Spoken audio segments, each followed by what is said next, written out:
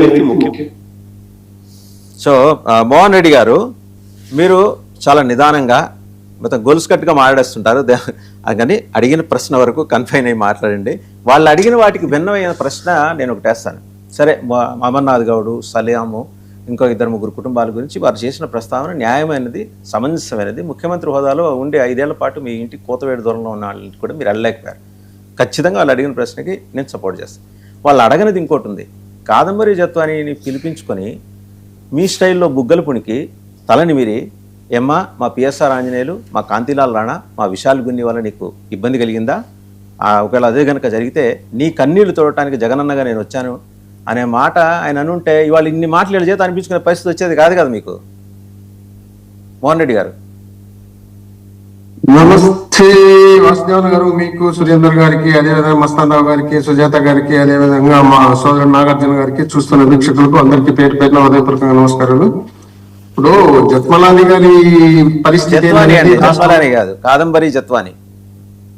Kadambari Jethwani heroine కదా మీరు చెప్పేది?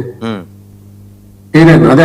ఆయన గురించి దేశమంతా చూసినారు. జిందాల్ వారి పైన కూడా కేసులు పెట్టిన సందర్భాలు ఉన్నాయి. ఇలాంటి వ్యక్తులు వచ్చి ఆంధ్రప్రదేశ్ లో జగన్మోహన్ రెడ్డి గారి ప్రభుత్వాన్ని డ్యామేజ్ చేయాలనే ఉద్దేశంలో భాగంగా చేసినటువంటి పనితో పాటు అదే విధంగా అధికారం పోయిన తర్వాత, అధికారం ఉన్నప్పుడు ఈ సంఘటన బయటకు వచ్చి ఉంటే జగన్మోహన్ రెడ్డి గారు మాట్లాడకపోతే తప్పే అనుకోవచ్చు. అధికారం పోయిన తర్వాత వాళ్ళు ఇష్టం వచ్చినట్టు, వాళ్ళకి కావాల్సినట్టు ఎక్కడెక్కడ రాష్ట్రంలో దేశంలో ఉన్నారో వాళ్ళందరినీ వీళ్ళు పిలిపించుకొని మా మీద కేసులు పెట్టించడానికి వాళ్ళు పనిచేసినారు తప్ప ఇది పెద్ద ఇష్యూ అయితే కాదు. ఇప్పుడు ఎందుకు కాదండి, అమరావతిలో గంజాయి బ్యాచ్ వాళ్ళు అల్లరి చేస్తే వెళ్ళి పరామర్శిస్తారు. ఆ కాదంబరి జత్వాని వేరే రాష్ట్రం ఆడపిల్ల, భాష రాదు, వచ్చి ఇక్కడ ఇబ్బంది పడింది 3 IPSల కారణంగా, వెళ్ళి మీ స్టైల్లో పరామర్శిస్తే మీకు కనీసం ఇంకో 4-5 సీట్లు ఎక్కువ వచ్చి ఉండేమోగా 11కి. జగన్మోహన్ రెడ్డి గారు ముఖ్యమంత్రిగా ఉన్నప్పుడు ఈ ఇష్యూ బయటకు రాలేదు కదా అంటున్నాం. జగన్మోహన్ రెడ్డి గారు మనమైనప్పుడు నాకు అర్థం కాదు. మోహన్ రెడ్డి గారు చేయించిందే మనమైనప్పుడు రాలేదంటే ఎట్లా అండి? మన సీఎం చేయించినది కూడా ఎట్లా? వీళ్ళు ఏ ఆఫీసుల మీద ఇలా కసిందో ఆఫీసులను ఉద్దేశంగా దృష్టిలో పెట్టుకుని వీళ్ళు చేసినారు. వాళ్ళ ప్రవర్తన కూడా మనం చూడాలి కదా. అవతల ప్రవర్తన ఏ విధంగా ఉంది అనేది కూడా మనం గమనించాలి కదా. వాళ్ళు పోయి జిందాల్ కంపెనీ వాళ్ళ మీదనే కేసులు పెట్టారు, వాళ్ళ మీద రకరకాలు చేసినారు అనే విధంగా చేసినారు. అంటే ఎవరిని పెడితే వాళ్ళ మీ మీద, నా మీద, జగన్మోహన్ రెడ్డి గారి మీద, చంద్రబాబు నాయుడు గారి మీద పెడతారు వచ్చే కేసులు. వాళ్ళందరినీ మేము మనం పరామర్శిస్తామా? అది కాదు కదా, అది సబ్జెక్ట్ అదైతే కాదు. కాకపోతే వాళ్ళకి ఇష్టం వచ్చినట్టు వాళ్ళు చేయాలని చేసినారు తప్ప ఇంకోటి ఉండదు. వీళ్ళు ఏదో చెప్తున్నారు శవ రాజకీయాలంట, ఇంకోటి అంట. పాలన చేయండి బాబు అంటే శవాలను చేసి రోడ్డు మీద తీసుకొచ్చి బైకుల్లో తీసుకుపోయి బయటికి తీసుకుపోయి కాల్చి బూడిద చేసి ఆ బూడిదను కూడా దొరకకుండా చేసి ఆ తల్లి వచ్చి గోడవని కొట్టుకుంటే రోడ్లు దాదాపు 40 రోజులు దాంతో కావచ్చింది. అలాంటి శవ రాజకీయాలు మీరు చేస్తుంటే, ఆ శవ రాజకీయాలు చేస్తున్నటువంటి ఆ కుటుంబాలు బాధపడుతుంటే, ఆ బాధపడుతున్నటువంటి కుటుంబాలను జగన్మోహన్ రెడ్డి గారు వెళ్ళి పరామర్శించి మానసిక ధైర్యాన్ని ఇస్తే, ఆ ధైర్యాన్ని ఇచ్చిన తర్వాత మీరు ఒకరు పిలిపించుకొని మహానటులలాగా డ్రామాలాడి పక్కన కూర్చోబెట్టుకొని వాళ్ళని ఓదారుస్తారు. మళ్ళీ మీకు ఆపోజిట్ గా ఇంకొక ఆయన వచ్చి వాడు రేపు చేసినాడు, ఒక మేనగోడలు తీసుకున్నాడు, 3 రోజులు ఇంట్లో పెట్టుకొని రేపు చేసినాడు, అలాంటి వ్యక్తిని మీరు ఎట్లా పరామర్శిస్తారని చెప్పి ఇంకొక మహానటుడు వచ్చి విమర్శిస్తారు. మరి ఇదంతా బాగానే ఉంది. తర్వాత ఆ అమ్మాయి చెప్తుంది, ఆ అమ్మాయి ఏమని, నాకు పెళ్లి అయిపోయింది, నాకు పిల్లలు ఉన్నారు, నా పంచాయతీ మీకు ఎందుకు వేస్ట్ పంచాయతీ. ఓ ప్రశ్న, ఇప్పుడు జగన్మోహన్ రెడ్డి గారు ఇంత అర్జెంట్ గా నిన్న ప్రెస్ మీట్ పెట్టేసి 5 అంశాలు హేరాం అంటూ మాట్లాడి ఏంటి? రాష్ట్రంలో గడిచిన 10 రోజులుగా చూస్తుంటే మతరాజుకి ఇప్పటివరకు మన రాష్ట్రం కేవలం కులాలకే పరిమితమై కులాల మధ్య కొట్టుకున్నాం. ఇవాళ మతాన్ని కూడా తీసుకొచ్చేసాం. జడా శ్రావణ్ కుమార్ గారు ఏలూరులో ఏర్పాటు చేసిన సభలో దానికి కొంచెం మతం రంగు అంటింది. దానికి అంతకుముందు రఘురామకృష్ణరాజు గారు మాట్లాడింది. ఆ కాంట్రవర్సీ పెరిగింది, కేసులు పెట్టారు, కొందరిని నిన్న అరెస్ట్ చేసి కూడా తీసుకెళ్లారు. సో ఇప్పుడు అర్జెంటుగా రాముడి గురించిన ప్రస్తావన ఎందుకు చేయాల్సి వచ్చిందండి? ఇప్పుడు మీరు ఒకవేళ హే రామ్ అన్నా మిమ్మల్ని పరిగణలోకి తీసుకోరు హిందువులు అనే మాట వీళ్ళు అంటారు. మీ దగ్గర సమానం ఉండదు. ఒక్క నిమిషం అండి, మీ దగ్గర సమానం ఉండదు. తిరుపతిగా మనం కలిసి వెళ్ళము, అక్కడ స్వామివారికి పట్టు వస్త్రాలు ఇచ్చేప్పుడు దంపతులు ఇద్దరు కలిసి వెళ్ళాలి.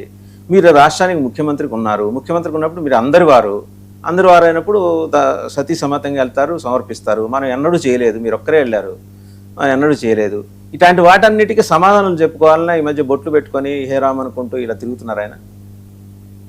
ఇప్పుడు జగన్మోహన్ రెడ్డి గారు ముఖ్యమంత్రి కాకముందే పుష్కరాలకు వెళ్ళి అక్కడ పుష్కరాల్లో వాళ్ళ తండ్రికి ఏమంటారు పెడతారు కదా పిండ ప్రధానం, ఆ ప్రధానం చేయడం జరిగింది. అక్కడ పండితులు వచ్చినారు, పూజలు చేసినారు, అన్ని జరిగినాయి. ఆ తర్వాత ఆయన ముఖ్యమంత్రిగా అయిన తర్వాత అనేక కార్యక్రమాలు ఆయన మాట్లాడండి. ఆయన ప్రసాదం తీసుకొని ఇట్లా వేసుకొని చేయి తుడుచుకుంటే వీళ్ళు ఏమంటారంటే ప్రసాదం పారేస్తారని చెప్పినటువంటి సందర్భాలు ఉన్నాయి. వీళ్లకు ఆంధ్రప్రదేశ్ లో 3-4 పార్టీలతో పాటు ఎనలిస్టులు కావాల్సినంత మందితో పాటు రాష్ట్రంలో బ్రహ్మాండమైనటువంటి పార్టీలు అందరినీ కలుపుకొని జగన్మోహన్ రెడ్డి గారిని నేను అడిగిన ప్రశ్న అది కాదు, సరే మళ్ళీ హేరామ్ అనే పదం వాసుదేవ్ గారు హేరామ్ అనేది పదం గురించి మీరు చెప్తున్నారు. అది మామూలుగా రాష్ట్రంలో ఉన్నటువంటి ఊత పదంలో హే రామ్ అనేది, శివ అనేది ఇవన్నీ మామూలే కదా. ఎవరైనా ఏదైనా ఇబ్బంది స్వామి అనేది, శివ అనేది, రామ అనేది మామూలుగా మాట్లాడతారు. అందులో ప్రజల్లో ఉన్నటువంటి వ్యక్తి జగన్మోహన్ రెడ్డి గారు, రాష్ట్ర ముఖ్యమంత్రి జగన్మోహన్ రెడ్డి గారు పనిచేసినటువంటి తప్పులు పట్టడము, అది తప్పులు పట్టాల్సినంత అవసరం లేదు కదా. నాగార్జున గారి దగ్గరకు వద్దాం, ఒక నిమిషం నాగార్జున గారి దగ్గరకు వద్దాం. ఎందుకంటే సీనియర్ మాల్గన్ గురించి చెప్తున్నారు. మాల్గన్ అనేది జగన్మోహన్ రెడ్డి గారు ఈ సిఆర్డిఏ పరిధిలో ఉన్నటువంటి దాంట్లో భాగమే ఈ మాల్గన్ అనేది. మచిలీపట్నం నుండి గుంటూరు వరకు అని జగన్మోహన్ రెడ్డి గారు చెప్తున్నారు. 45 లక్షల కుటుంబాలు ఉన్నటువంటి మాల్గన్ అనే రాజధాని బ్రహ్మాండంగా ఉంటుంది. 110 కిలోమీటర్లు ఉన్నటువంటి రాజధాని బ్రహ్మాండంగా ఉంటుంది. 29 గ్రామాలు 1,50,000 మంది ఉన్నటువంటి ప్రాంతమే మన రాజధాని కాదు. రాష్ట్ర 5 కోట్ల మందికి రాజధాని, 29 గ్రామాలకు రాజధాని కాదని నాగార్జున గారు మాట్లాడతారు ఇప్పుడు. అలాగే సీనియర్ ఎన్టీఆర్ గురించి జగన్మోహన్ రెడ్డి గారు ఆలోచనలో జగన్మోహన్ రెడ్డి గారు 14 నుండి 19 వరకు వెయిట్ చేశారు. మీరు రైట్, ఒక మాట సీనియర్ ఎన్టీఆర్ గురించి ఆయన మాట్లాడి చూద్దామండి. మోహన్ రెడ్డి గారు ప్లీజ్ సీనియర్ ఎన్టీఆర్ గురించి ఆయన మాట్లాడించు. కొట్టింది నువ్వు, కొట్టించింది నువ్వు, రాళ్ళేసింది నువ్వు, కారాదర్బాలు కొట్టింది నువ్వు, రౌడీలు పెట్టుకుంది నువ్వు, మా వాళ్ళ రౌడీ షీట్లు అన్నారు. నిజంగా ఎన్టీఆర్ గారు బతుకుంటే, చంద్రబాబు నాయుడు గారిని ప్రశ్నించేంత సమయం ఆయన ఉండింటే, కొట్టింది నువ్వు, కొట్టించింది నువ్వు, రాళ్ళేసింది నువ్వు, కారాదర్బాలు కొట్టింది నువ్వు, రౌడీలు పెట్టుకుంది నువ్వు, మా వాళ్ళ రౌడీ షీట్లు అన్నారు. నిజంగా ఎన్టీఆర్ బతుకుంటే ఆయన కూడా రౌడీ షీటర్ అనేవాళ్ళేమో అనేది జగన్మోహన్ రెడ్డి గారి ప్రస్తావన. అవునేంటి మీ ఒక నిమిషం అండి, మీ స్లోగన్ ఆయన తీసుకోండి. మీరు కదా రాముకి మీకు కదా, రాముడి మీద పేటెంట్ మీకుంది కదా, చాలా ఆయన ఇచ్చేసారు ఆయనకి పేటెంట్ మీరు. సరే, చాలా సంతోషం సార్, ముఖ్యంగా జగన్మోహన్ రెడ్డి గారికి.